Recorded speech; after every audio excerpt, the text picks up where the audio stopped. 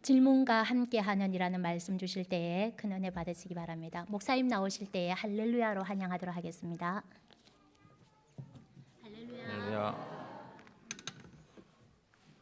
제가 오늘 여기 와서 진송을 들었습니다. 오늘 주일날 오후 6시 반이면 K-팝을 합니다. K-팝을 하는데 여기 앉아있는 아이들 보니까 진송이네요.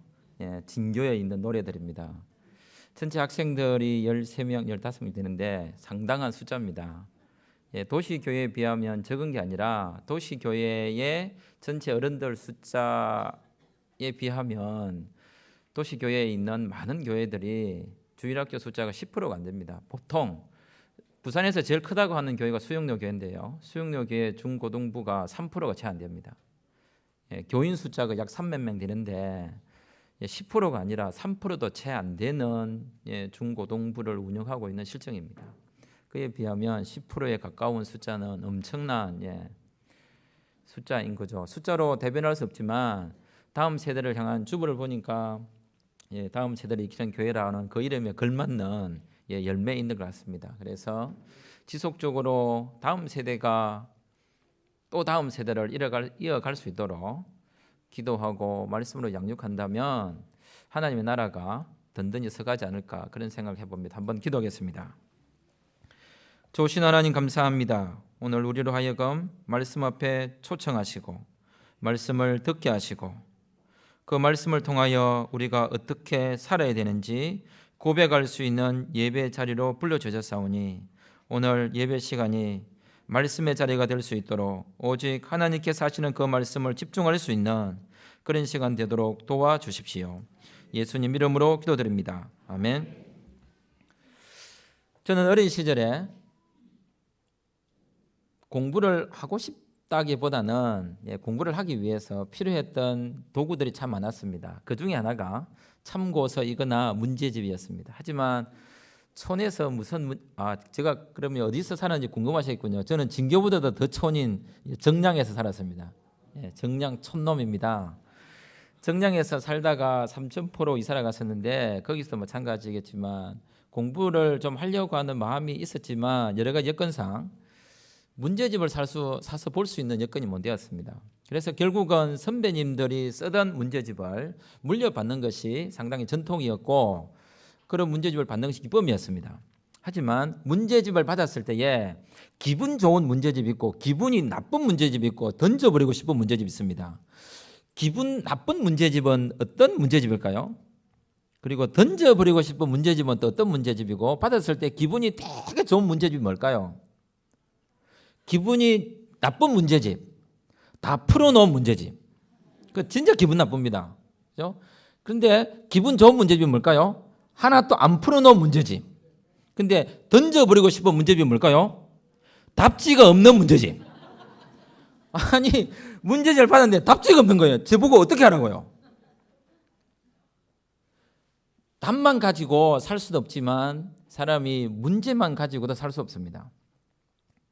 제가 어디 길을 가다가 글을 보았습니다. 교회가 붙여놓은 것 같아요. 당연히 예수가 답이다. 야만하지 않습니까? 예수가 답이라는데 그 말을 글귀를 보고서는 제가 한편으로는 아멘 내지는 기쁨으로 받아들이는 동의도 있었지만 또 한편으로는 질문이 뭐지라고 하는 생각이 들었습니다. 질문이 도대체 뭐길래 예수가 답일까? 어떤 질문을 가지고 있기에 예수님이 답일 수밖에 없을까? 왜 사람들이 가지고 있는 갖가지 고민과 상관없는 답을 우리는 들어야 될까?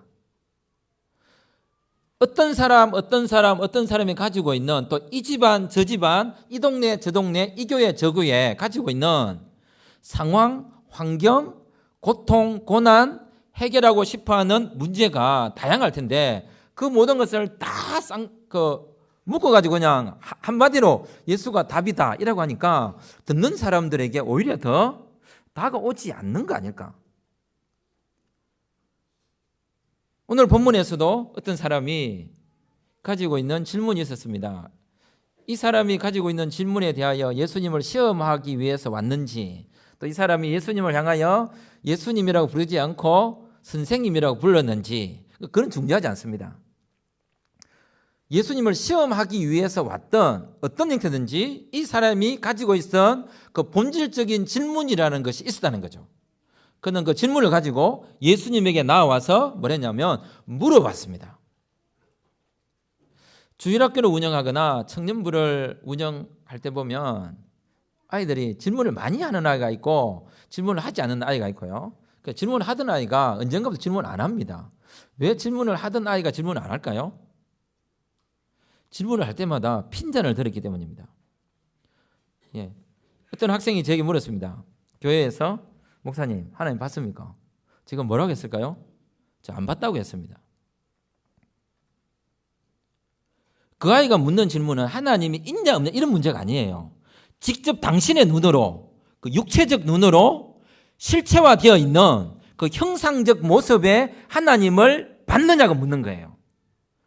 그럼 저는 정직하게 안 봤다고 이야기해야 되죠. 어떻게 하나님을 실체화되어 이렇게 컵을 봤습니까? 예, 컵을 봤다. 이러하듯이 하나님을 봤습니까? 이걸 묻고 있거든, 아이는요. 그러면 그것에 대해서 이야기를 해줘야 되는데 대부분 뭐라고 하냐면 네 시험 들었나? 이렇게 이야기하는 거예요. 네 요즘 신앙이 좀 이상한 것 같다. 더 많이 기도해라. 그것은 그 아이가 원하는 질문이 아니란 말이에요. 분명하게 그 아이가 원하는 답을 주지는 못할지라도 그 아이가 하는 질문에 대하여 뭘 해야 되냐면 같이 고민을 해봐야 됩니다. 어떤 아이는 진짜로 그 예수 안 믿는 친구들 보면 예수님 봤나? 성경 다 진짜 사실이가? 이걸 가지고 논쟁하자는 게 아니죠. 뭡니까? 놀리려고 하는 거거든요. 그러면 그것에 대해서 고민을 한다든지 마음을 열어주면 되는데 공격을 한다든지 핀잔을 준다든지 남을 한다든지 야단을 치게 되면 그 아이는 마음문을 닫게 되는 것입니다. 질문을 가지고 있다는 것은 인간이 가지고 있는 고통입니다. 누군가는 질문을 말하는 사람이고 누군가는 질문을 품고 사는 사람이고 누군가는 그것으로 쏘가리를 하는 사람이 있습니다. 질문이라고 하는 것은 단순히 궁금함의 차원이 아니라 되고 싶다, 해결하고 싶다, 뭔가 이루고 싶다 라고 하는 진리적 측면과 종교적 측면에서 이야기한다면 오늘 25절에서 이야기하는 것처럼 영생이 무엇입니까? 라고 묻는 것과 같은 것입니다. 이 사람이 물었습니다. 이 당시의 율법사들이나 종교 사이에서 던질 수 있는 최고의 질문은 내가 무엇을 하여야 영생을 얻으리까? 오늘날 이 시대의 질문을 바꾸면 내가 뭘 하면 행복하겠습니까? 내가 뭐 하면 인생의 만족을 얻을 수 있겠습니까? 내가 뭐 하면 매일매일 감사하며 살 수 있겠습니까? 내가 뭐 하면 좀 빛이 나겠습니까? 내가 뭐 하면 성공할 수 있겠습니까? 어떤 그런 형태의 질문을 던지고 있는 것입니다. 진교교회가 진교 지역에 있다는 것은 진교를 위해서 있는 것입니다. 진교교회가 삼천포를 위해서 있거나 정량을 위해서 있지는 않을 거예요. 진교교회가 저 갈사나 저 남해가 가지고 있는 고민을 할 필요는 없습니다. 좀 넓게 본다면 해도 되겠지만 가능한 한 진교교회는 진교가 무슨 고민을 하고 있는지, 진교 땅에 살고 있는 사람들이 가지고 있는 고민이 뭔지, 그들에게 뭘 던져주면 인생의 행복을 느끼고 삶의 만족을 느끼고 종교적 기여를 하거나 예수님을 만날 수 있는 기회의 선을 만들까?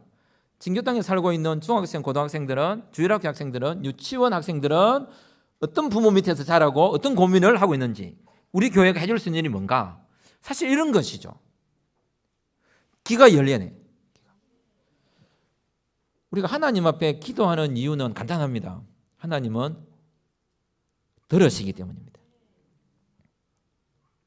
우리가 기도하는데 하나님이 안 들어 이래 하면 안 되겠죠. 기도하는데 하나님이 안 들으시 딴소리 하시면 하나님 뭐라고 할 거리가? 사후정의를 하겠죠. 우리가 기도하는데 하나님이 한 귀로 듣고 한 귀로 흘리시는 거예요. 이러면 곤란하겠죠. 들으시기 때문에 우리 하나님께 기도하는 거고, 교회가 여기 있는 것은 교회는 들을 것 같다 라고 하는 느낌이 생겨낸 거죠. 요즘 젊은이들이나 청소년들이나 학생들도 다 고민이 있습니다. 저게 무슨 고민이지? 아니, 고민 많습니다. 제가 하루 저녁은 학교에서 있다가 집에 늦게 오는데 아이들이 자는지 방문을 열어서 봤습니다. 한 놈은 자고 한 놈은 벽에 기대서 앉아 있는 거예요. 아들 놈입니다. 자라고 했습니다. 그래서 그 아이가 잔다는 거예요. 그런데 물었어요. 자는 놈이 왜 대답하냐고. 근데 왜 앉아서 자냐니까 본인은 앉아서 자야 된대요. 왜? 나는 삼도류를 다루는 무술쟁이가 되기 때문에 무술쟁이는 항상 앉아서 자야 된다고. 그게 제 아들입니다. 이 아들이 하루는 어떤 아이하고 둘이서 좀 얼굴에 상처가 되어서 온 거예요. 이게 무슨 일이고? 둘이서 어떤 아이를 때렸다는 거예요. 야, 임마, 야봐라, 둘이다. 그래, 집에서 앉혀놓고, 야, 목사님 아들들이 누군가를 둘이서 도와줄 생각을 해야지, 둘이서 왜 그 아이를 괴롭히냐? 그러자 그 앞에 앉아있던 같이 때렸던 그 놈은 저희 집 앞에 사는 어느 게 목사님의 아들입니다. 그러자 그 아이가 하는 말이 뭔지 아세요? 제가 그랬거든요. 목사님 아들들이 그런 식으로 하면 되나? 이러니까 그 아이가, 야, 너 아버지도 목사가. 저희 집 아들은 제가 본인이 목사 아들이라는 정체성이 없습니다. 그냥 저 아저씨 아들인 거예요. 그런 생각을 하는 아이이기 때문에 그런 생각을 하고 있더라고요. 그런 아이도 간혹 아빠, 이거 성경이 무슨 뜻이에요? 라고 묻습니다. 그런 아이도 어떻게 해야 행복해요? 라고 묻습니다. 야, 쫓겨내, 네가 무슨 행복을 논하노, 임마. 학원이나 열심히 다니, 공부 열심히 해. 아니요. 다 고민이 있습니다. 질문이 있습니다. 질문하는 버릇과 자기가 가지고 있는 고민을 말해볼 수 있는 기회의 장이, 그런 경험이 많이 있었으면 자주 대화하고 말할 수 있었는데 그것이 다 차단되었기 때문에 말할 수 있는 기회가 없는 거죠. 질문이 있습니다. 참 재미난 것은 오늘 본문의 25절. 선생님, 내가 무엇을 하여야 영생을 얻으리까? 라고 질문을 했습니다. 예수님이 이 질문에 대해서 시비를 거시지 않으셨습니다. 누가는 분명히 이 사람이 가지고 있는 질문의 형태가 예수님의 구원자 되심, 메시아 되심, 랍비 되심에 대하여 시비를 걸고 싶은 마음이 있었다라고 예수를 시험하여 이르되라고 표현했지만, 아마 누가 교회에도, 누가가 세웠던 교회가 있었겠죠. 그 교회에도 아마 예수님의 구원자 되심에 대하여 시비를 거는 사람이 있었던 것 같아요. 예수가 왜 메시아냐? 예수가 왜 구원자냐? 근데 그런 마음을 가지고 있었던 누가에게 성령께서 감동을 주셔서 예수님이 계셨을 때 예수님도 똑같은 이런 경험을 하셨다는 것이 성령을 통하여 느꼈던 거죠. 그래서 성경을 기록할 때에 이 본문을 기록한 겁니다. 이 시대도 동일하게 예수의 구원자 되심에 대하여, 진리됨에 대하여 시비를 거는 사람은 언제든지 있습니다. 시비 거는 게 문제가 아닙니다. 예수를 안 믿는 사람이 교회를 핍박하는 것은 당연한 거죠. 당연한 거. 예수님도 핍박당하고 예수님도 고난당하고 예수님도 애꿎은 질문을 당하고 하는데 이 땅 살아가는 교회가 그런 질문을 받는 것은 당연한 것. 어쩌면 받는 질문에 대하여 해준 말이 없는 것이 어쩌면 우리의 문제가 아닐까. 참 재미난 것은요, 이단은 답에 관심이 많고 성경을 매우 사랑합니다. 이단의 특징이 뭡니까? 참 재미나게 우리가 보는 성경하고 이단이 보는 성경이 똑같은 데 있습니다. 그게 우리로 하여금 당황스럽게 만드는 거죠. 이단은 성경 공부를 더 열심히 합니다. 안타까운 일이긴 하지만, 근데 그들에게 예수를 믿는 사람들과 이단이라고 하는 사람들이 둘이 만나서 대화를 하면 참 재미난 광경이 발생합니다. 무슨 광경이 발생했냐면 결국은 누군가 화를 냅니다. 누가 화를 내는지 아세요? 예수 믿는 사람이 화를 내요. 경험이 있으신가 보네요. 버럭 화를 내요. 이 지옥 갈 사람들 같으니라고. 네가 믿는 예수는 가짜야. 이만희 가짜야. 혹시 여기에 신천지 수수꾼 있는 거 아니죠? 고발하셔도 됩니다. 기꺼이 제가 감당하겠습니다. 버럭 화를 내는 거예요. 그 게임이 진 거죠. 그렇다고 진리 자체가 무너진 것은 아니지만 왜 우리는 그들과 대화할 때 항상 화를 낼 수밖에 없을까? 화를 내는 사람의 특징이 있습니다. 준비된 게 없다. 준비된 게 없다. 그 다음에 쉽게 말하면 아는 게 없다. 아는 게 없다. 예.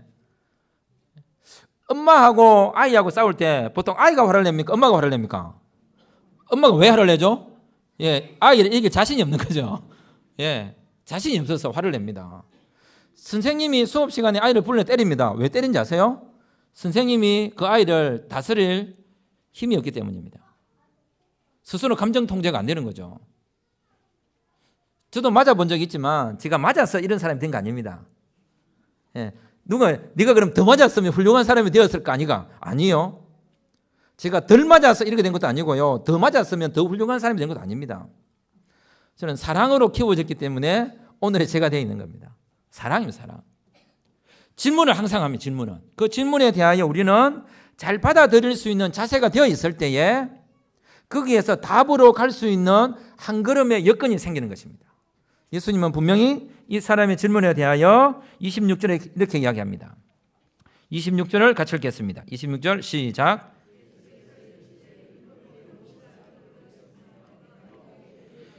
예, 질문이 있으면 당연히 답도 있겠죠.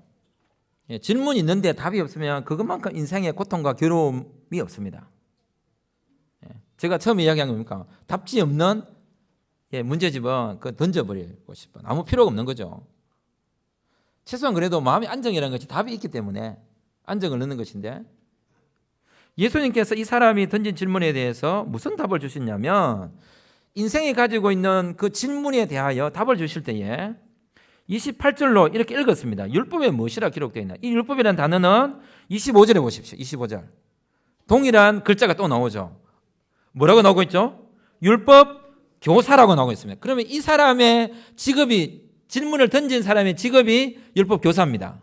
근데 예수님은 이 사람이 가지고 있는 직업을 그대로 이용하셔서 답을 얻고 있습니다.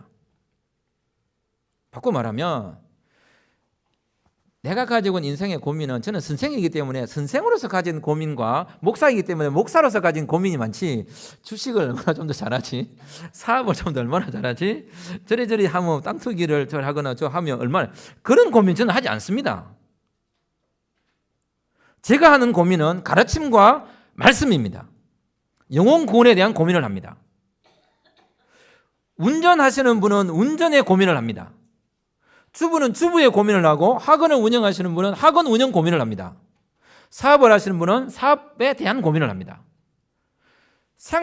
자기의 삶과 관계 있는 고민을 하지 자기의 삶과 관련이 없는 고민을 잘 하지 않는단 말이에요. 그 안에서 행복과 그 안에서의 진리를 추구하는 것과 그 안에서 뭔가 얻어서 길을 열어보고 싶은 마음이 있단 말이에요. 아니면 새로운 도전을 하거나 예수님은 이 사람이 가지고 있는 그 사람의 직업을 현재적 삶의 위치를 그대로 활용하셔서 묻고 있습니다. 네가 율법 교사인데 네가 성경을 율법을 어떻게 읽고 있느냐? 근본적으로는 질문에 대한 첫 번째 답은 율법입니다. 율법이라는 것은 성경이겠지만 이걸 좀 더 확대해 보자면 내 삶 가운데서 내가 하나님을 만나고 내 삶 가운데서 하나님의 말씀을 읽고 내 삶 가운데서 진리를 고백하고 내 삶 가운데서 질문에 대한 답을 찾아야 되지 내 삶은 제껴놓고 쉽게 말하면 이런 거죠. 제가 우리 집에 여자하고 문제가 생겼으면 우리 집에 여자하고 대화를 해서 어떻게 문제를 풀어야 되지 윗집 여자한테 찾아가가지고 답을 얻을 수 없단 말이에요. 똑같은 여자인 건 맞습니다. 하지만 사람들이 묻기에 어떤 여자를 만나서 이야기했니? 라고 했을 때 제가 대답할 수 있어야 됩니다. A 학교에서 근무하는 선생님이 문제가 생기면 A 학교에서 해결을 해야지 다른 학교 가서 해결할 수 없단 말이에요.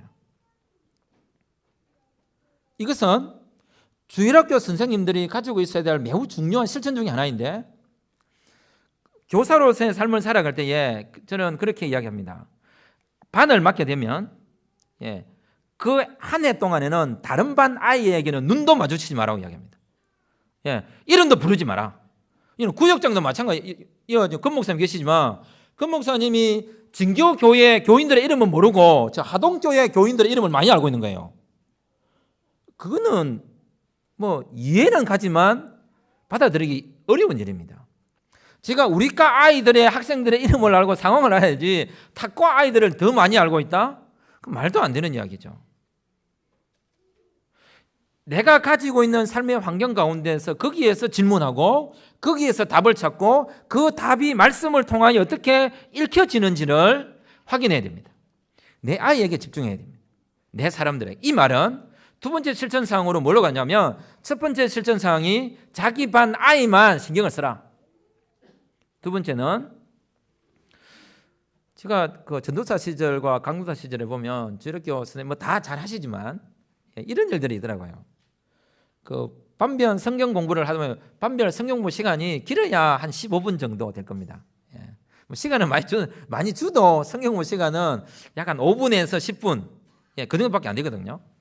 근데 그 시간들을 뭐 한다고 활용하냐면 다 알아서 하실 일들이 하지만 아이들에게 출석을 부를 때에 온 아이에게 뭘 묻는지 아세요? 그 애가 왜 안 왔는지 묻는 거예요. 출석해야 돼. 야, 그 애 왜 안 왔어? 그 애가 어떻게 알아요? 선생님도 모르는 일을. 마음은 압니다. 그 안 온 아이가 안타깝고 그 아이가 궁금하고 그래서 마음은 알지만 이제 좀 바꾸셔야 됩니다. 첫째, 내 반 아이만 신경 써라. 둘째, 교회 안 온 아이는 잊어라. 매우 중요합니다. 왜요? 온 아이는 말씀 들어왔으니까 이 아이에게 잘 먹여야 됩니다. 식당 운영하는 사람이 길 가는 사람을 불러들이기 위해서 신경 쓸 일이 아니라 식당 안에 밥 먹기 위해서 들어온 그 사람에게 맛있는 음식을 해먹이는 게 중요합니다. 내 집에 들어온 나한테 말씀을 듣기 위하여 온 그 사람에게 신경을 써야지 오지 않은 사람에게 신경을 써야 될 이유가 없습니다. 이 아이가 잘 먹이고 이 아이에게 사랑을 베풀고 이 아이의 질문을 듣고 이 아이의 고민을 함께 고민하면 이 아이가 당장 변할 수도 있고 시간이 걸릴 수도 있습니다. 하지만 그 아이는 잘합니다. 분명히 잘하게 되어 있습니다. 거기다 또 뭐 해야 될까요? 잘 먹이면 되죠. 잘 먹이면. 말씀만 잘 먹이는 게 아니라 밥을 먹여야 됩니다. 길 가다가 밥 먹었나? 그러니까 잘 가라 이러시면 곤란합니다. 밥 먹었나라고 물어보았다는 것은 그 아이가 듣자마자 뭘 기대할까요? 아, 밥 사주겠구나. 이걸 기대하고 있는데 밥 먹었냐고 물어보놓고 빨리 가서 집에 가서 밥 먹으라 이러면 안 됩니다. 왜 그럴까요? 밥 먹은 놈은 배반하지 않습니다. 여러분 옛말에 그랬죠. 절밥 먹은 사람이 절 떠납니까? 안 떠납니다. 교회 밥은 많이 먹여야 됩니다. 이 아이들 많이 먹여야 됩니다. 먹여놓고 딴 데 가도 상관없습니다. 몸으로 먹은 것은 기억하게 되어 있습니다. 그래서 공부를 뭘로 한다 하죠? 공부를 머리로 하는 게 아니고 몸으로 한다 하죠. 엉덩이 실력이 공부 실력이라고. 저희 집 아이들 그렇고 못 앉아 있습니다. 앉아 있는 게 괴로운가 봐요. 무슨 히프에다가 프로펠러를 달아놨는지 들썩들썩들썩 합니다. 그게 앉아 있는 실력이거든요. 결국은 먹여야 됩니다. 집중하여 사랑하고 온 아이에게 집중하고 잘 먹이면 그 모든 시작은 뭐냐면 질문을 듣고 그 아이의 환경에 대하여 관심을 갖는 데서 시작하는 것입니다. 그리고 예수님이 물으신 것처럼 율법에 무엇이라 기록되었으며 네가 어떻게 읽느냐라고 하는 거기에 첫 번째 답이 있습니다. 질문이 있다면 그 질문에 대한 질문은 우리가 뭘 요구하냐면 관심입니다. 들어주고 그래서 사람들이 제게 묻습니다. 그러면 선생님은 잘하냐고. 제가 잘하지는 못합니다. 하지만 뭐 제가 실적 없는 이야기를 하면 뭐야 뭐 이론밖에 없잖아 라고 하겠지만 제가 2013년도부터 2013년 10월달부터 2014년 15년 말까지 어느 교회에서 제가 대학부를 맡아서 사역을 했습니다. 2년 한 2개월 정도. 그 교회에 가서 2013년 10월달부터 15년 12월달까지 혹시 기회가 되시다면 주보를 확인해 보십시오. 매주 제 이름이 있습니다. 매주 거의 한 주도 안 빼고 제 이름이 있습니다. 왜 있을까요? 전도한 사람으로 이름이 있습니다. 제가 매주 있습니다. 그 숫자면 120-30명. 선생이니까 학생들 그냥 다 데려왔겠지. 그렇지 않습니다. 다 초짜들입니다. 그리고 2014년, 15년도에 학습 세례를 70명씩 시켰습니다. 그렇게 한 이유는 제가 그 아이들에게 한 번도 답을 제시한 적이 없습니다.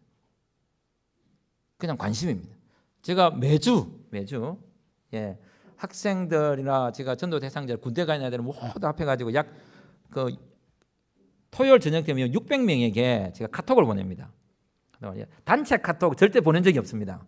다 한 명씩 찍어서 보냅니다. 카톡을. 제가 초기에 카톡을 보낼 때는 문자 메시지 보낼 때는 다 답이 오는 거예요. 와, 회신율이 높았습니다.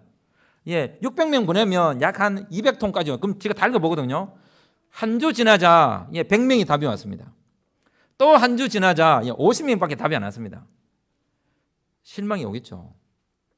목사가, 교수가 카톡을 보내고 문자를 보내는데 이것들이 답을 안 해? 한 번도 그런 적이 없습니다.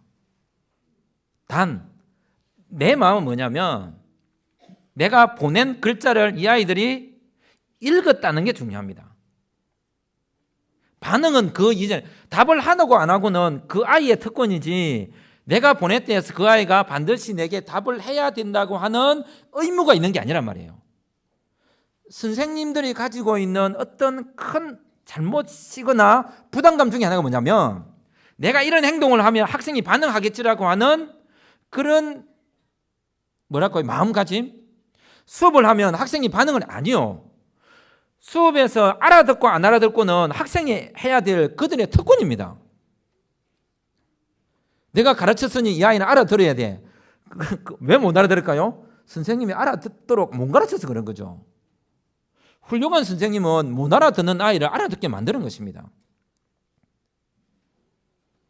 반응이 없어도 계속 보내고 이 아이들에게 1년, 2년, 3년째 되면 반응이 옵니다. 반응이 오고 저도 교회 가야 돼요. 군대 간 아이도 제가 보냅니다. 그러면 군대 간 아이들의 카톡을 보면 한 번도 안 읽었죠. 1 이게 남아 있습니다. 근데 한 번에 1이 쫙 없어질 때가 있습니다. 언제일까요? 휴가 나와서 다 읽어봅니다. 답을 안 하는 아이도 제가 긴 문장을 보냅니다. 그러면 어떤 아이가 1년에 한 번 답하는 아이도 있어요. 절대 답할 아이가 아닌데 답을 하는 아이가 있습니다. 그런 아이들은 왜 답할까요? 자신이 가지고 있는 질문의 이 글이 자기에게 맞아 떨어졌기 때문에 반응을 보입니다. 그리고 글을 보낼 때에 아이들이 생각하는 게 있습니다. 저 선생 이제 그만 보낼 거야. 저 선생 언제 그치지? 저 안 그칩니다. 왜 그럴까요? 이게요, 돈이 제일 적게 듭니다. 제가 600명을 다 만나서 밥을 사준다고 해보십시오. 한 끼면 지에 5,000원 먹고 내 5,000원 물어도 10,000원입니다. 600명 만나면 600만 원씩 듭니다. 지금 무슨 재주로 밥을 사주겠습니까? 카톡은 돈이 안 듭니다. 이것만큼 쉬운 게 없습니다. 돈도 안 들고 마음에 감동을 줄 수 있는 최고의 작품입니다. 단 조건이 있습니다. 반응 안 보이는 것에 대하여 네 왜 안 읽었노? 왜 답 안 하노? 할 필요가 없습니다. 부담 가지라고 주는 글귀가 아니라 선생님이 가지고 있는 복음에 대한 진리와 세상을 살아가는 안목에 대한 마음을 읽었으면 좋겠다라고 하는 그 마음을 전달했고 이 아이는 읽은 거예요. 쉽게 말하면 저는 책을 썼고 독자는 책을 읽었을 뿐이에요. 내가 책을 팔았다고 해서 읽은 독자가 읽었으니까 독후감을 써서 작가에게 보내야 될 이유가 없습니다. 살아가고 반응 보이는 것은 그 사람의 몫입니다. 단 선생님은 어떤 경우든 실망하지 않는 눈으로 쳐다보는 게 중요합니다. 왜? 청소년들을 향해서 그런 말 합니다. 비행 청소년이다. 그 다음에 질풍노도의 시기다. 자아 정체성이 혼란기다. 저는 그거 반대합니다. 저 아이들이 정체성 혼란 같습니까? 저 아이들이 질풍노도 같습니까? 저 아이들이 비행 청소년 같아요? 결코 그렇지 않습니다. 어른들 보기에 비행 청소년 같고 어른들 보기에 자아 정체성 혼란 같고 어른들 보기에 질풍노도 같은 거예요. 그러면 왜 어른들 보기에 질풍노도 같고 자아 정체성 혼란 같고 비행 청소년으로 살 수밖에 없을까요? 이 세상은 저 아이들이 만들어 놓은 세상이 아니고 누가 만들어 놓은 거죠? 그렇게 보는 어른들이 만들어 놓은 세상이에요. 당연히 그러니까 질풍노도고 비행 청소년이고 자아 정체성 혼란을 겪는 거죠. 지금 어르신들이 집 구조를 보십시오. 아이들 중심으로 아이들이 살기에 편한 집입니까? 지금 아줌마가 살기에 편한 집입니까? 예? 누가 살기 편한 집 구조죠? 어른들이 사시기에 편한 집으로 되어 있습니다. 어른들 보시기에는 아직 덜 됐고 덜 자랐고 부족하기 때문에 다 그렇게 보입니다. 다 잘 자라고 하는 마음이겠지만 결코 질풍노도도 아니고요. 결코 자아 정체성 혼란도 아니고요. 저는 아직 이 나이가 들었지만 자아 정체성 혼란이 되어 있습니다.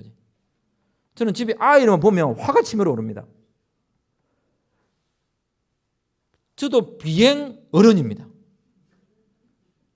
예, 차 올 때 요즘은 가속 안 하려고 이제 탁 눌려가지고 속도를 딱 맞춰놓고 쟤를 안 지으려고. 쟤를 할 때는 좀 급해 가고 싶으면 갈 수 있는 거죠. 비행할 때 있습니다. 사람이 죽을 때가 돼야 철드는 말을 하죠. 철든 거 보고 죽을 때가 되었고 이런 말들도 합니다. 근데 이 아이들이 철이 들려면 아주 멀었습니다. 기다려주고 들어주고 보살펴주고 그 답이 전달되도록 인내심으로 양육해 가야 되는 것입니다. 더 자라가야 될 시기가 훨씬 더 많기 때문에 관심을 가지고 어떻게 사랑을 쏟아실 것인가가 중요한 것입니다. 제가 학생들에게 오랫동안 최소한 교회에 오기까지 대부분의 학생들은 3년 정도 투자한 결과가 교회에 옵니다. 그 교회에 온 아이들의 대부분은 자기 집안의 첫 열매들입니다. 첫 열매들. 그리고 전도된 아이들의 약 80%는 여학생들입니다. 여학생들이 예수를 믿었다. 자기 집안의 첫 예수를 믿는다. 어떤 결과가 발생할까요? 결혼해서 남편 교회 데리고 올 거고 애 낳아서 다 양육해서 교회 보낼 거고. 관심과 사랑은 속도는 느리고 화가 치밀어 오르지만 때로는 그만두고 싶지만 매를 들거나 험한 말로 따끔하게 야단쳐서 빨리 잘라버리고 싶긴 하지만 거기에는 뭐가 없냐면 나는 내가 아파서 너를 위해서 그리 한다라고 하지만 맞는 사람과 야단을 듣는 사람은 때리는 사람과 야단치는 사람의 그 아픔이 본인에게는 안 느껴진다는 거예요. 그게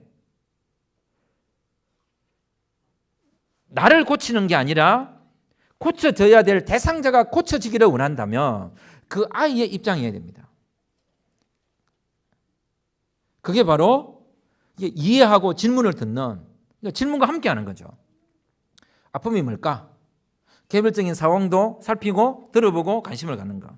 그래서 예수님은 그런 질문을 가지고 있는 사람들에게 주신 첫 번째 답이 뭐냐? 그게 바로 26절, 27절입니다.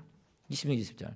그 첫 번째 답을 예수님은 그 사람이 가지고 있는 직업적 구조에 의하여서 그게 답인데 특별히 우리가 그 답을 찾는다면 그 답은 성경이다라고 이야기하고 있습니다. 질문을 듣는 이유가 뭘까요? 고민과 함께하는 이유가 뭘까요? 필요할 때 답을 주기 위해서입니다. 필요할 때. 답도 아무 때나 던져버리면 답으로 안 여깁니다. 정말로 필요할 때 답을 딱 주면 진짜 그것을 답으로 받아들입니다. 유심히 관찰하고 함께 동행해주고 고민과 어울려 놀고. 그러면 선생님들은 항상 답에 대한 진실된 준비와 진실된 자세가 필요합니다. 즉 성경에 대하여 정통한 이해가 필요한 거죠. 개혁주의적 보호하라 펄럭이는 주님의 큰 깃발, 큰 깃발, 큰 깃발. 이거 학신가 부르시죠? 요즘은 안 부릅니까? 우리의 생활 원리는 다음과 같다. 첫째, 하나님 중심. 둘째, 성경 중심. 셋째, 교회 중심. 다 연결되어 있는 성경 중심이라고 하는 그것에 대하여 선생님들의 자기 고백적 헌신. 그 고백이 생활 가운데 충분히 드러나질 못하지만 작은 능력 하나라도 말씀으로 살아내려고 하는 자기 고민.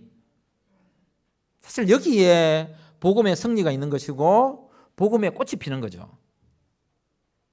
어쩌면 세상의 사람들은 그렇게 살아가는 예수쟁이들을 보고 싶어 하는 것 아닐까? 누군가 그런 이야기를 하더라고요.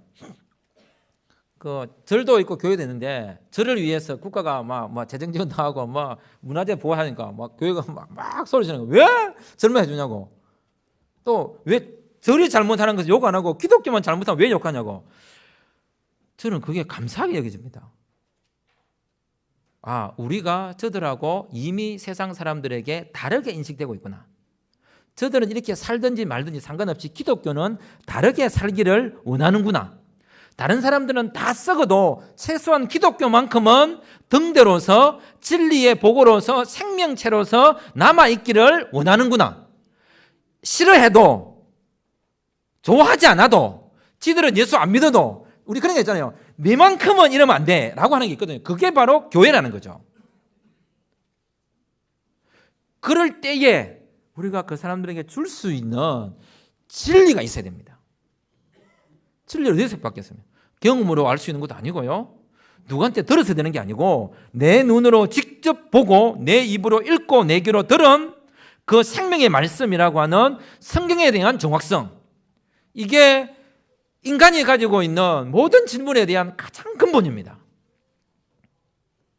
성경을 많이 알아는 게 아니라 성경을 자꾸 보라는 거죠. 예, 성경을 많이 읽으라는 게 아니라 매일 읽고 있다는 것을 표현해야 됩니다. 그래서 선생님들이 굳이 아이들에게 가르칠 내용이 없다면 짧은 성경이라도 같이 교독을 한다든지 이 자리에 성경을 같이 읽는다든지 하면 되고요. 제가 카톡 이야기를 했지만 반별 공부를 모르겠어요. 교회 여건상 다 있겠지만 매주 해야 될 의무감은 없습니다. 그 반의 구조를 보고 오늘 우리 반은 놀아야 될 필요성이 있다면 놀아야 됩니다. 오늘 공부를 해야 되면 공부를 해야 됩니다. 그걸 유도리라나요?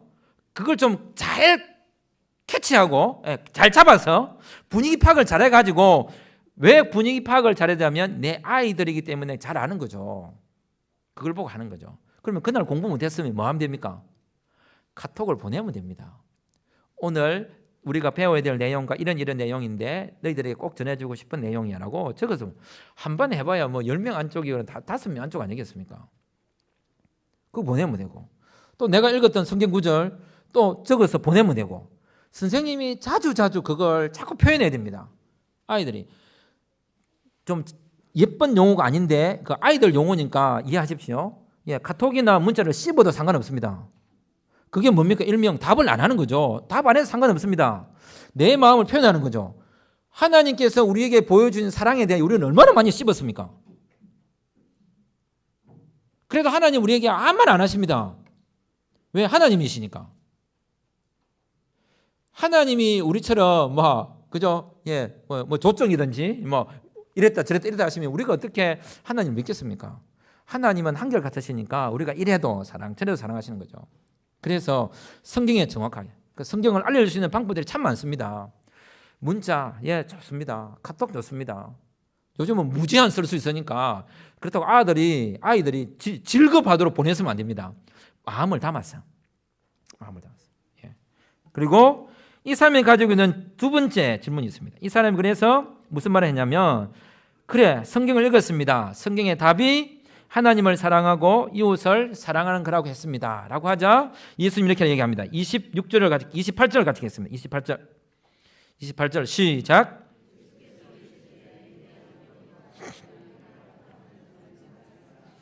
아멘. 예수님께서 두 번째 답을 첫 번째 답은 율법에 뭐라 기록되어 있느냐? 율법의 첫째는 하나님 사랑, 둘째 이웃 사랑입니다. 그래? 그러면 그걸 행해라라고 해요. 그게 두 번째 답이죠.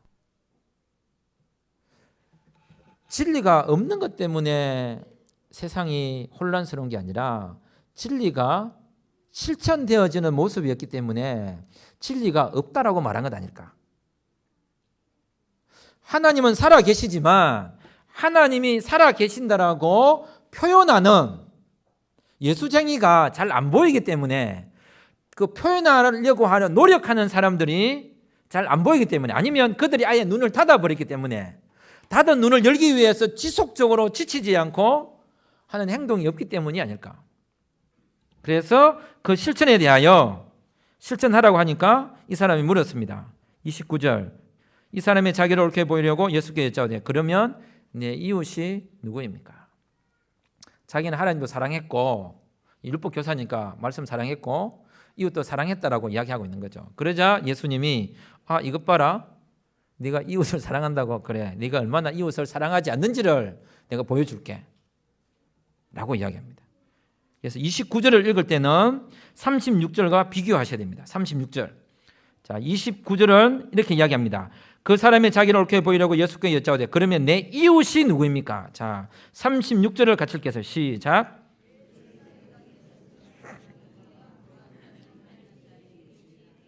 예, 29절과 36절은 아주 큰 대칭을 보이고 있는데요. 그게 뭐냐면 이 사람은 자기 이웃을 찾았어요. 내 이웃을 찾았습니다. 그래서 예수님 뭐라고 했습니까? 예수님은 누가 그 강도 만난 자의 이웃이 되어주겠느냐 하겠습니다. 제가 태어났습니다. 태어나 보니까 내 위에 어떤 놈이 있는 거예요. 이거 이상한 거예요. 제가 또 보니까 이다 보니까 내 밑에 놈이 또 태어나는 거예요. 제가 원하지 않았습니다. 예, 위에 놈도 없었으면 좋겠고 밑에 놈 없어요. 제 혼자 사랑을 받았으면 좋겠는데 나보다 먼저 태어난 형님이 있고 그죠? 또 밑에 태어나고 나는 중간에 끼어가지고 괴롭더라고요. 가족을 제가 선택할 수 없습니다. 내 부모를 내가 선택할 수 없습니다. 내 형제를 내가 선택할 수 없습니다. 그럴 때는 내 형제도 내가 좀 내 마음대로 선택하고 내가 원하는 모습대로 만들고 부모도 내 원하는 부모가 되었으면 이래 하면 얼마나 좋겠습니까? 그럴 수 없단 말이에요. 예수님이 지금 이 사람에게 진정한 질문에 대한 그 고통에 대한 해결 방법을 진리를 신천하는 모습으로 뭘 이야기냐면 네가 자꾸 고민할 수밖에 없는 이유가 뭐냐면 네 이웃을 찾기 때문이에요. 내 마음에 드는 교회도 그렇잖아요. 우리 교회가 원하는 사람들은 와 있으면 모르겠어요. 그게 좋은 교회일지 모르겠습니다. 누구나 오는 거죠. 값 없는 자도 돈 없는 자도 물 없는 자도 누구나 와서 값 없이 돈 없이 마시고 즐기고 하는 거죠. 그래서 예수님은 돌아다니실 때마다 항상 하신 일이 있습니다. 뭐 했을까요? 잔치하셨습니다. 예수님이 가시는 곳에 먹을 게 없었던 적이 거의 없었을 정도로 대부분 먹고 노셨습니다. 그거는 뭐냐면 하나님의 나라가 얼마나 풍성한지를 잔치하는 모습으로 보여주는 모형적 모습입니다. 교회가 자기 교인을 선택할 수 없단 말이에요. 누구나 오는 거죠. 학생도 그죠? 누구나 사랑하는 거고 내 이웃을 찾지 말고 이웃이 되어주라는 것입니다. 하나님이 자신의 백성을 그죠? 이래 하신 게 아니라 그분이 사랑하셨단 말이에요. 죄인인 우리를 의인을 선택하신 게 아니라 죄인을 선택하셨어요. 죄인을. 그거는 찾은 게 아니라 되어주신 것입니다. 진정한 아름다움은 얼마나 머물러 줄 수 있느냐에 아름다움이 있습니다. 혹시 결혼식에 온 사람은 기억이 나지 않는데 뭡니까? 조상집에는 장례식장에서 온 사람은 기억이 납니다. 왜 그럴까요, 사람이? 저는 그래서 제가 중매하고도 결혼식장 안 갑니다. 왜? 내가 오나 안 오나 걔들 기억 안 합니다. 지들이 즐거우니까. 당연히 이제 안 가는 줄 압니다. 근데 장례식장은 거의 다 찾아갑니다. 있어줘야 될 자리에 있어주는 그게 교사예요. 부모라는 게 뭡니까? 있어줘야 될 때 있는 그게 부모죠. 제가 좋아하는 아이돌, 이제 아이돌이라 하기는 좀 뭐하지만 나는요 오빠가 좋은 거 하는 아이유 진짜 좋아합니다. 근데 아이유가 어떤 인터뷰에 나와서 이런 말을 했습니다. 아이유도 중고등학교 좀 놀았다고 해요. 음악 한다고 놀았겠죠. 근데 자기들 친구들 사이에 시간이 되면 두 부류로 나누어진대요. 해가 지면 딱 두 부류로 나누어지는데 돌아갈 집이 있는 아이와 돌아갈 집이 없는 아이로 갈라진대요. 본인이 더 나빠지지 않을 수 있었던 한 가지 이유는 다른 게 아니라 본인은 낮에 되면 친구들하고 놀지라도 해가 지면 돌아갈 집이 있었다는 거예요. 그게 교회 아닐까요? 그게 가정 아니겠습니까? 그게 선생님 아니겠습니까? 항해하는 배가 돌아다니더라도 뭘 보고 돌아옵니까? 360을 돌아가는 등대 보고 돌아옵니다. 그래서 교회를 진리의 등대라고 하는 것처럼 빛만 비추고 있으면 되는 거죠. 자기 자리를 지키고 있는 것. 진정으로 진리에 의해서 살아가는 그 선생님이나 교회는 사랑을 실천하는데 그 사랑의 실천은 내 이웃을 찾는 게 아니라 예수님께서 우리에게 질문하신 것처럼 이웃이 되어주는 데 있습니다. 되어줄 때는 쉽지 않습니다. 어떤 각오까지 해야 되냐면 물에 빠진 사람을 건져내면 그 사람이 뭘 한다죠? 물 빠진 사람 건져내어 주었더니 보따리 내놔라 한다는, 이게 바로 교회가 당해야 될 일입니다. 죽어갈 사람, 상처받은 사람, 고민 있는 사람, 이놈 해줬더니 밥 사주세요. 뭐 대해주세요. 뭐 도와주세요. 아니, 그럴 수 있죠. 다 해줄 수 없다 하여 아무것도 안 하는 것보다는 적지만 할 수 있는 양껏 그래도 하는 것이 필요합니다. 어떤 선생님은 아이들에게 많이 해줄 수 있겠지만 그 많이 해주고 안 해주고가 중요한 게 아니에요. 저도 한 아이의 아버지고 어떤 집의 아이도 그 아버지가 있는데 그 아버지는 훨씬 더 잘 삽니다. 근데 저는 제 양껏 해줄 수 있는 만큼 제 아이들에게 해주는데 저희 아이들이 나를 지 아버지하고 옆집에 있는 그 아저씨하고 비교하지 않습니다. 중요한 거는 정성으로 진리로 이 아이들을 관심 있게 양육하고 있는가가 중요한 것입니다. 아낌없이. 그래서 오늘 어떤 사람이 강도 만난 자를 돕기 위하여 가까이 가서 기름과 포도주를 붓고 싸매고 짐승을 태워 데리고 돌보아 주었습니다. 그 돌봄과 관심을 이끌어내리 있어서 반드시 주의해야 될 것이 있습니다. 그것은 바로 자기 이웃이 누군지 모르고 있는 이 사람에게 예수님이 비유를 하실 때에 이런 말을 했습니다. 강도 만난 자가 있었다. 그런데 그때 제사장도 지나가고 레위인도 지나갔다. 근데 이 사람들이 지나간 게 참 재미납니다. 31절과 32절이 이런 이야기를 합니다. 다 보고 피하여갔다라고요. 보고 피하겠다. 참 안타까운 일이죠.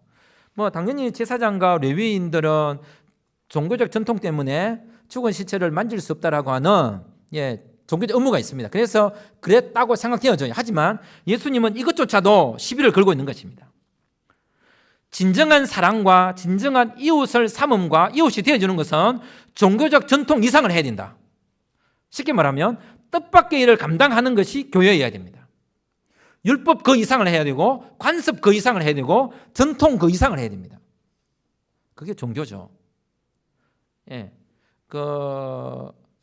도시에 가면 그런 게 있죠.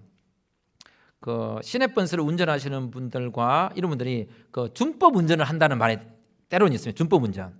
준법 운전을 하면 도시가 어찌 되는지 아세요? 교통마비가 생깁니다. 너무 희한하지 않습니까? 법을 지키는데 사람들이 불편해요. 법을 지키면 불편하더라니까요.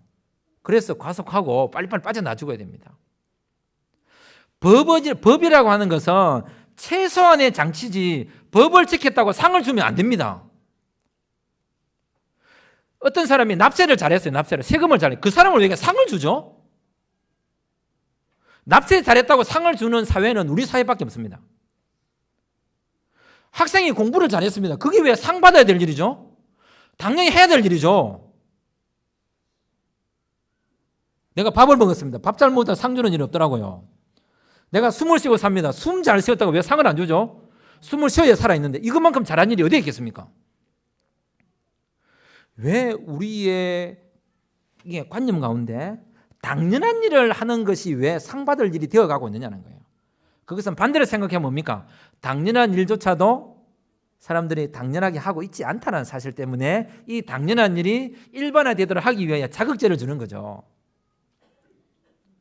오늘 예수님은 레위인과 제사장을 통해서도 율법 그 이상을 해라. 하지만 이 사람을 내가 시비 걸지 않겠다. 단지 진정한 사랑이 뭔지 알려주겠다라고 해서 이 비유를 하십니다. 그리고 36절에 이렇게 다시 예수님이 질문하십니다. 내 생각에는 이 세 사람 중에 누가 강도 만난 자 이웃이 되겠느냐? 자, 질문하겠습니다. 누가 강도 만난 자 이웃입니까? 첫째 제사장, 둘째 레위인, 셋째 사마리아인. 누가 강도 만난 자 이웃이죠? 자, 그게 맞는지 37절 보겠습니다. 37절. 37절 시작.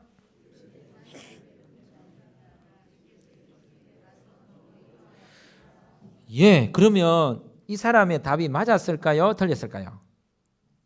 1번 누가 강도만 자 이웃입니까? 라고 질문을 했습니다. 1번 제사장, 2번 레위인, 3번 사마리아인이에요. 근데 이 사람이 답을 썼습니다. 자비를 베푼 자니다. 예, 제가 중간고사, 기본고사 시험을 내면 제가 원하지 않는 답을 쓰는 애들이 있습니다. 지가 문제를 만들어서 지가 답을 써요. 지금 이런 사람입니다. 예수님이 던진 질문은 객관식 삼지선장이죠. 1번 제사장, 2번 레위인, 3번 사마리아인입니다. 답이 몇 번입니까? 3번이라고 해야 그게 답이 맞습니다. 그런데 이 사람은 답을 몇 번이라고 적었습니까? 1, 2, 3번에 없는 답을 만들어서 적어 놓은 거예요. 자비를 베푼 자니다라고 했습니다. 왜 이 사람이 이런 말을 했을까요? 이 사람 생각에는 이런 거, 이 사람이 직업이 뭐죠? 율법교사, 유대인이에요, 유대인. 자, 그러면 제사장은 그 자신의 제사장 직분 때문에 더러운 거 만지면 안 돼요. 레위인도 예배 드리고 내려가는 기 때문에 그 만지면 안 돼요. 그러면 세 번째 반드시 등장할 수밖에 없는 누군가가 있다면 누가 등장했으면 좋겠습니까? 어떤 유대인이 등장해요. 어떤 유대인이. 그런데 누가 등장했습니까? 생각하기도 싫은 사마리아. 왜 생각하기 싫냐면 남유다 사람들이 이스라엘 사람들이 사마리아인들은 북이스라엘 수도와 같은 곳인데 북이스라엘 사람들은 잡종이라고 생각했습니다. 잡종. 옛날 우리나라 어르신들이 하는 말 했죠. 정확한 표현인지 모르겠지만 죄송합니다. 환양년이라는 단어 있죠. 지금 이 시대의 단어로 쓴다면 위안부와 같은 것입니다. 그런 종류의 사람들이기 때문에 유대 랍비 문서에는 이렇게 기록되어 있습니다. 이방인들이 하나님을 믿지 않기 때문에 지옥에 갈 수밖에 없다. 하나님을 알지 못하는 그 백성들을 지옥불에 뜨겁게 만들기 위해서 그때 쓰는 땔감이 뭔지 아세요? 그게 바로 사마리아인들입니다. 그렇게 이 사람들 싫어합니다. 그런데 생각하기도 싫은 사마리아인이 등장해서 선을 베풀었으니 얼마나 화가 나겠습니까? 자기 입으로는 그 사람이 내 원수가 선을 향했는데 원수가 답이라고 말할 수 없잖아요. 말하기도 싫은데. 그래서 이 사람은 자비를 베푼 자니다. 얼마나 그죠? 옹졸합니까? 옹졸. 우리가 이러지 말았으면 좋겠어요. 좀 넉넉한 마음. 질문을 듣고 살아야 되는 사람들이니까. 그래서 예수님이 이야기했습니다. 그럼 너도 이와 같이 해라. 첫째 답은 성경, 둘째 답은 사랑입니다. 그런데 문제는 사랑과 성경을 우리가 잘할 수 없다는 문제점이 있습니다. 그래서 누가는 이 본문을 좀 더 답에 가까운, 이 본문을 질문과 좀 더 가까운 그것으로 연결시키기 위하여 11장으로 바로 넘어갔습니다. 11장으로 넘어가기 전에 38절부터 42절에 한 본문이 또 나옵니다. 이 본문의 이야기는 마리아와 마르다 본문인데 이거는 마르다를 책망한 게 결코 아닙니다. 그냥 마리아가 행했던 행동의 중요성을 표현하기 위해서 있는 거예요. 그러면 마리아가 행한 행동의 중요성을 뭘 말하고 있느냐? 그거는 바로 27절에서 이야기한 하나님의 사랑이 무엇인지를 말해주는 신앙의 모습입니다. 하나님의 사랑은 뭐냐? 그게 바로 마리아가 더 좋은 편을 택한 것, 즉 말씀 중심적인 말씀 듣는 생활을 하는 것이 하나님의 사랑을 표현하는 가장 좋은 자세다라고 지금 이야기하고 있습니다. 내가 하나님의 사랑을 어떻게 표현하겠습니까? 말씀 사랑입니다. 말씀 앞에 머무는 삶, 말씀에 귀 기울이는 삶, 말씀을 묵상하는 삶, 교회에 나와서 말씀을 듣는 삶, 그것만큼 하나님의 사랑을 표현할 수 있는 방법이 없습니다. 하나님의 살아계심을 성경 말고 뭘로 말하겠습니까? 그래서 마리아를 거론시켜서 하나님의 사랑을 표현했고요. 이웃 사랑을 말하기 위해서 예수님은 사마리안 이야기를 했습니다. 이런 고민을 가지고 있는 이 사람들에게 누가를 통하여 11장, 자 11장에 모시겠습니다. 11장 1절을 같이 읽겠습니다. 11장 1절 시작.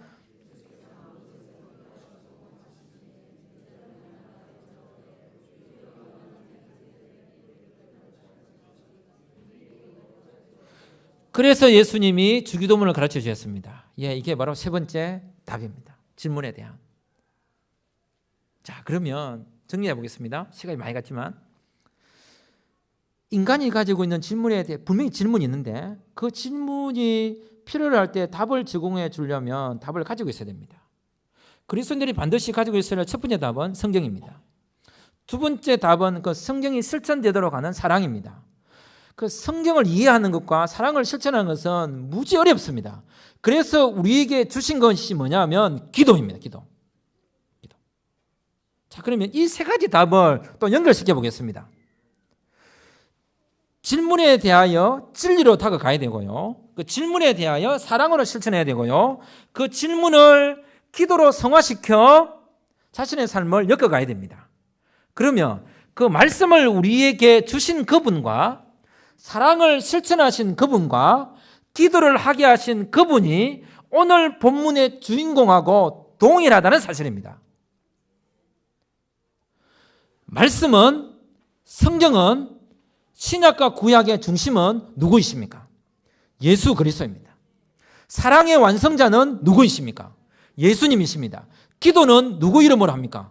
예수님 이름으로 합니다. 그래서 어떤 교회가 걸어 놓았던 예수가 답이다라는 말이 답이 되는 것입니다.